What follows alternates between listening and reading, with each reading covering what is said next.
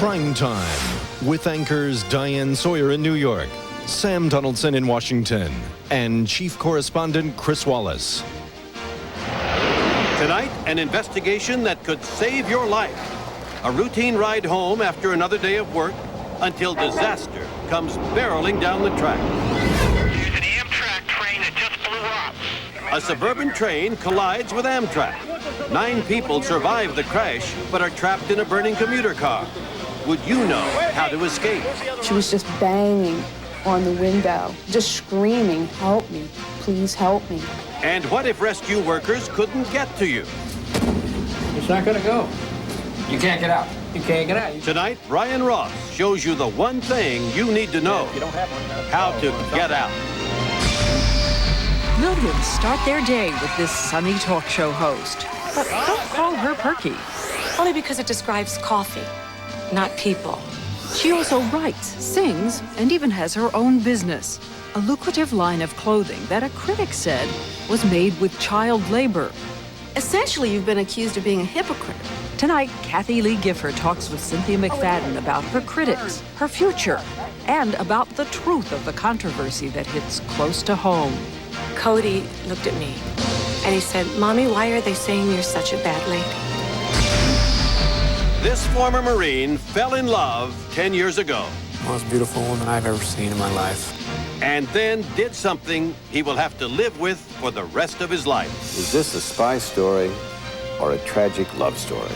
I think it's both. His name is Clayton Lonetree. The headline said he gave away U.S. secrets and held wild sex parties with Soviet women. But now a shocking twist. Was he a pawn in an even bigger game of espionage? He's never spoken publicly about it until tonight. The story of a man who betrayed his country for the woman he loved. From ABC News, Primetime will continue after this brief message. What would you change about your kitchen? Wouldn't you want the refrigerator to blend in? With the fresh food section on the top, so it would be easier to get in?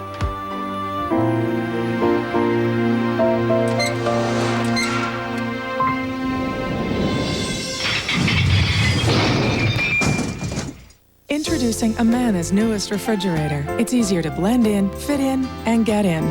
See your Amana dealer and all the great looks the new Amana can bring to your kitchen. ABC Thursday, Farrah Fawcett in a powerful movie event. She's one tough attorney, but when she meets this cop, her life takes a dangerous turn. Farrah Fawcett, A. Martinez in the suspense thriller, Criminal Behavior, ABC Thursday. An ABC world premiere. Witness the ultimate in betrayal. Are you here to blackmail me? As an ambitious reporter breaks the rules to get her story. Wake up and smell the scandal. Melrose Place is no place compared to Pier 66, premiering ABC Saturday.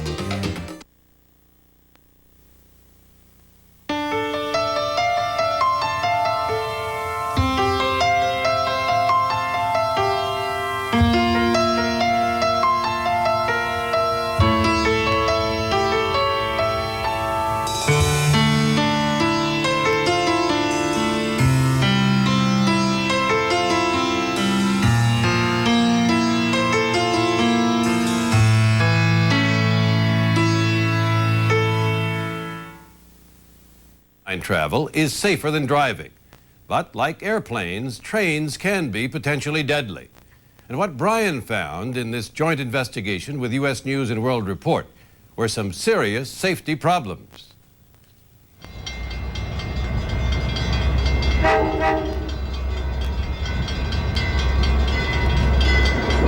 Who would expect 2 trains to be on the same track coming head on head? And all of a sudden, a conductor ran out saying, "Brace yourself." It just impacted and lights went off. It was real loud. I need rescue. I need fire. I need everybody. What's the problem? There's an Amtrak train that just blew up. On the night of February 16th, in the Washington suburb of Silver Spring, a Maryland commuter train somehow missed a stop signal and slammed into Amtrak's Capital Limited, turning this commuter rail car into a blazing death trap for 9 people. And I was pulling on the doors, and everybody behind me talking about open the doors. And I'm screaming back saying I can't. Rodney Crawford was one of a group of young people riding home from a job training program. Almost everyone in Crawford's group survived the initial crash. But unable to find or to operate complicated emergency exits, not everyone survived the fire that followed. I couldn't breathe. I just tried to do everything I could to open the doors, and I was banging on the windows. And the windows were so thick that you couldn't get through them. Crawford was lucky. He crawled through a hole he found ripped in the floor. But 7 of Crawford's friends and 2 crew members who stayed at windows that could resist bullets but not be easily opened, and at doors electrically locked for safety, those 9 never got out, as firemen with axes and nearby residents with stones, including Michelle Williams, could do nothing to help. The one that I remember the most vividly was a young girl, and she had her fists closed, and she was just banging on the window and just screaming, "Help me, please help me." And I banged on the window, I tried pulling it, I tried the stripping around the window, and nothing would work. And I could actually see the car itself filling up with smoke. And it just got to the point I couldn't see her anymore. And what happened that night in Silver Spring, according to federal safety investigators, was the result of years and years of safety warnings being ignored. And now, in the wake of that accident, a 3-month joint investigation by Primetime Live and U.S. News and World Report has raised serious safety questions about much of the nation's rail network, passenger and freight, and about the Federal Railroad Administration, the government agency that is supposed to regulate railroads. The railroads say they have an excellent safety record over the past 10 years. But in our investigation, we found long-standing problems with commuter rail emergency exits, an outdated system of train signals and controls. You fight to keep your eyes open. Commuter engineers admitting to falling asleep at the switch. This is an FRA violation. And, as our undercover cameras documented, shoddy inspection of big freight trains that again and again move out on America's rails, often on the same tracks with passenger trains. The bottom line is the results have not been there for the American people. James Hall is the chairman of the National Transportation Safety Board, which makes safety recommendations not only for airlines, for which it is best known, but also for the nation's railroads. If those passenger rail cars traveled at 30,000 feet in the air, I assure you the American public would have long ago demanded the safety standards that we're now trying to get put in place. The firemen come to a burning car. He hits that with an axe and it bounces off. Bill Pugh, who until 1991 headed up the Safety Board's railroad section, took us on an unsettling tour at Washington's Union Station. Then you got to find a window. Going through the same kind of cars on the very same railroad involved in last February's fatal accident. See that? As heavy as they are, Pugh says he never rides in the front or rear cars of commuter trains because most don't have strong enough corner posts. So if something's coming and hits this, Going to take that what out. happens? That's going to go out? Same thing here. This is going to go. This will just crumple up. Yeah, then you're going to tear the side out of the car. 36 to 91. That's what happened when 7 people were killed in an Indiana commuter train crash 3 years ago. But stronger corner posts are still not required. In emergency, people usually will go to the door they came in. And then Pugh showed us why some of the people killed in Silver Spring got trapped at the train's doors. There's no way to know the emergency door release is back inside the car. No signs, no markings. And there's certainly no way to force the door open. But if I hit that? What if I kick it? No. Really? It's not going to go. No. It's not going to go. You can't get out. You can't get out. You've got to know enough to go back inside and open them. So what do you have to do? Pugh says since 1978, the Safety Board has been trying to get the railroads to change all this without success. You got to know that this door is here. And then it takes a screwdriver or a quarter to get the panel open. And if you don't have one, you're going to have to borrow one or something. And then you got to turn. Now, how do you know which handle to pull? Yeah, well. That says. See, that's the problem. You've got to understand. But Mr. Pugh, if there are no lights here, Yeah, you're not going to see it. And Pugh says it's pretty much the same basic design on most commuter rail cars in this country. Our American people deserve the safest rail industry in the world, and that's what they're getting. Jolene Molatoris is the administrator of the Federal Railroad Administration, the very agency that for years has failed to turn dozens of safety recommendations into safety regulations. But Molatoris says it's a different agency since she was appointed by President Clinton, and she's been praised by both the industry and rail unions. No matter what, safety has to be number one. What happened then in Silver Spring? That was a tragic incident. That's why we issued Emergency Order 20, which required that every commuter agency examine all their windows and all their identification markers. And as we speak, all of those windows have been examined and new markers have been put on everything. But that was not entirely true. On the same day last month, we talked with Molatoris. The new window markings required for rescue crews were nowhere to be seen on many Philadelphia area SEPTA trains and on many New York Metro North trains. Molatoris later told us all the required signs would be in place on trains by the time of tonight's report. Go. Yep. And as for the difficulty in getting train doors open, Molatoris' emergency order makes no mention of that problem at all. What do you say about that? There's no marking on that door. That's not acceptable. But there are trains difficult. that roll out every day. You could order tomorrow morning an end to that, couldn't you? We are going to order a list of the best safety practices in the country for everyone. What's the delay? We are evaluating every plan and every procedure from all the commuters in the country. But talk of evaluations and plans is just the kind of talk heard from federal railroad regulators for years. For example, after an Amtrak train ran off a damaged bridge, killing 47 people, there was lots of talk about a system of bridge sensors. But 3 years later, sensors are still not required. There's also been lots of talk, but still no change in the long hours and split shifts train engineers on many lines are working, including this Boston commuter train engineer who told Primetime that despite naps between his morning and evening shifts, he still has a hard time staying awake. You're not off driving the train. You wake up and you know, you're scared. And a lot can happen in a couple of seconds when you're going 70 miles an hour. And some changes have been for the worse. All aboard. In the heyday of train travel, there was an automatic braking system that kept trains from running through signals and colliding. But because of its expense, the railroads largely dismantled the system in the 1950s. And the Federal Railroad Administrator says, while she favors such a system today in principle, its cost remains very much a factor. Part of our responsibility as a rulemaker is to not only look at safety, but also look at the investment implications for the industry. That's part of the rulemaking process. Safety was the only issue, I thought. It's the number one issue, but any rulemaker must evaluate the impact on the industry. That's part of our responsibility. Absolutely. But federal safety investigators say there have been hundreds of train wrecks which would not have happened if safety measures had been adopted and if trains were better inspected. Do you have enough inspectors? We have a great team of inspectors. How many? 400.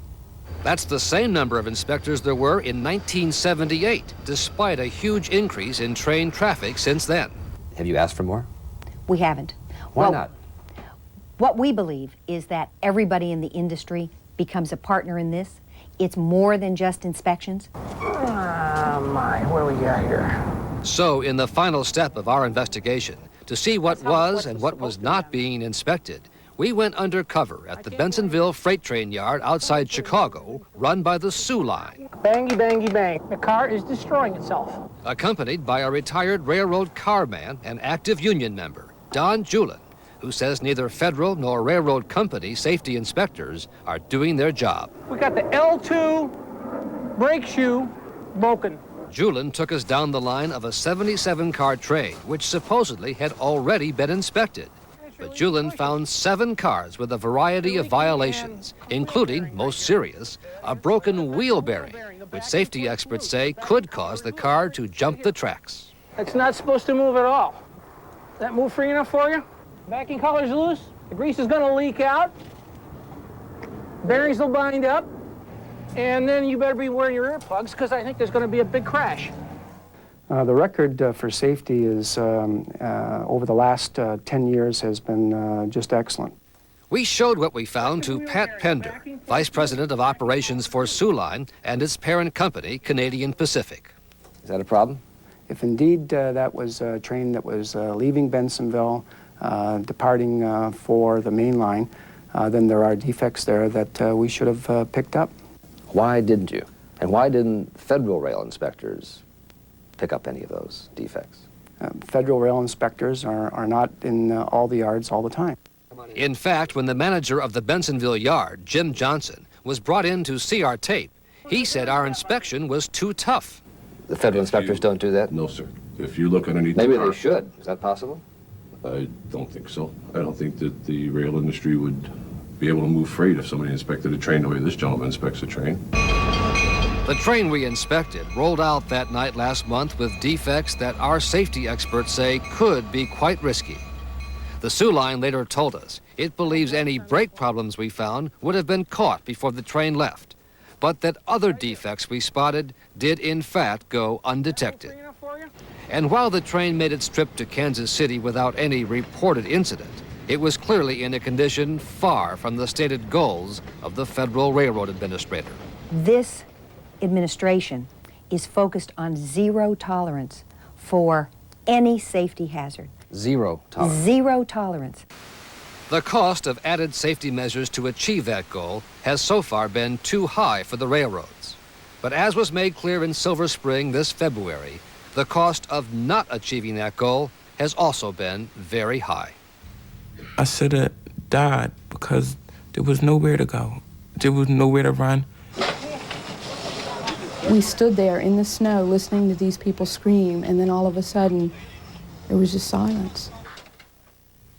There is some good news. Amtrak has voluntarily adopted many of the train's safety recommendations. Commuter railroads promise they'll take action on some of these problems soon. A forbidden love affair. I had done some things I'll regret for the rest of my life. That led to one of the biggest spy scandals in U.S. history. In his first television interview, Clayton Lonetree answers the tough questions. But first, she's been accused of profiting from child labor. Kathie Lee Gifford fights back. Did I know about it? Obviously not. Do I condone it? Never. When Primetime continues. All right, take care of yourself and call us. Everything okay? Now he's going to France to study painting. I thought he was into photography. Well, now he wants to be Monet. Last year in iced tea business, now this. I mean, why can't he find one thing and stick to it? Well, he is your dad. At Aetna Retirement Services, we not only help you build assets, but manage them as well. Build for retirement, manage for life. It's an invitation from their company to your company, promising big savings over AT&T. But when you look at the numbers, the big savings aren't there. You call this discount long distance. Here's another word for it. Give AT&T a call. We'll give you the facts. So, you think you gotta go to the gym to keep in shape? You may be getting more of a workout than you know. That's why you need the refreshment of Crystal Light. In new pink lemonade with lots of clean, crisp, lemony taste. But only 5 little calories. So, whatever you do to keep in shape, keep doing it. New pink lemonade, Crystal Light. Treat yourself right. Want to go to Pizza Hut for that new Flipper squirt toy, but you're too young to drive? Don't worry, now we'll deliver our special toys to you. This summer, Flipper and Scar are $1.69 each with any pizza delivery. Great news for little squirts. Summer breeze makes me feel fine, blowing through the jasmine in my mind. Summer breezes from the Hampton Bay Fan and Lighting Company. Possibly the quietest fans around, and around and around. Only at the Home Depot. 4 competitive women, 18 holes of golf, over $500,000 in prize money. Better stay out of the way. The JCPenney LPGA Skins Gate, Saturday on ABC. ABC Sunday, a forbidden affair. To the best summer ever. A deadly obsession. It's time everyone knows the truth. Susan Lucci, Barry Bostwick, in a story inspired by actual events, caught between love and hate. ABC Sunday. Friday, Christopher Reeve. See how far he has come. His tragedy moved us. You think you will walk again? His courage inspired us. You'll begin to see there is a future. His spirit today will amaze you. His inspirational journey with his family. 2020, Friday on ABC. For the next few minutes, we're going to have a conversation with a woman in the heat of the spotlight, Kathie Lee Gifford. A few weeks ago, she became the center of attention when a congressional committee heard testimony that some of the clothing sold under her label was manufactured abroad by children.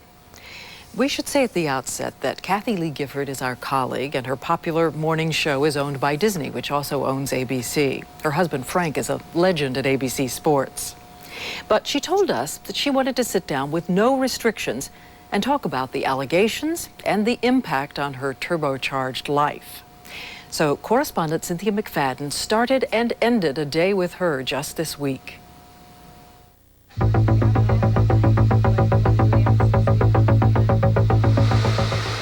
we can't do it in the afternoon. Backstage, 8:40 a.m. Monday morning with Kathie Lee Gifford. Okay, 2 minutes. At the country's most popular coffee clutch. And here she is, just Kathie Lee Gifford. You hate perky, I've read as an adjective. Only because it describes coffee, not people. Perky or not, she has delighted, amused, and sometimes annoyed 8 million Americans every morning for 11 years. What do they want from you? How much more can How much more can you give? Hamming it up and sparring with co-host Regis Philbin. Just sit down and behind. I'm a low-maintenance diva. He's a high-maintenance king. Initially, it was his program on which you played a role. Which he continues to tell me is still the case. Does he really? Oh, please, at least 3 times a week. What a job I got you. She came to me out of the gutter. Oh, please. But her face may now be better known than his. A sure way to sell magazines is to put Kathie Lee on the cover. Oh, good, Reed. It seems like a sort of comfortable bickering between the two of you on this. That's why a lot of people think we're married. It's like a bad marriage, oh yeah. She seems to share it all. Her kids, Cody and Cassidy. Her husband, Frank Gifford. Her likes, family values, and dislikes, often producer Gelman. She says she makes her living by playing herself on TV. And then Cody says, "What's her name, Cass?" And Cass goes, "Mommy!" What don't people know about you? How smart I am, I guess. I can act silly, but I am not a silly person. I'm an extremely serious person. Who makes extremely serious money for herself and her charities. $1 million per infomercial. Hundreds of thousands for her books, her exercise video, and her commercial endorsements. You know, there's nothing more fun than a vacation at sea. But nothing has been as lucrative as her clothing line, with the world's largest retailer, Walmart. Industry estimates are that the line made in excess of $200 million in sales last year. It made more than that.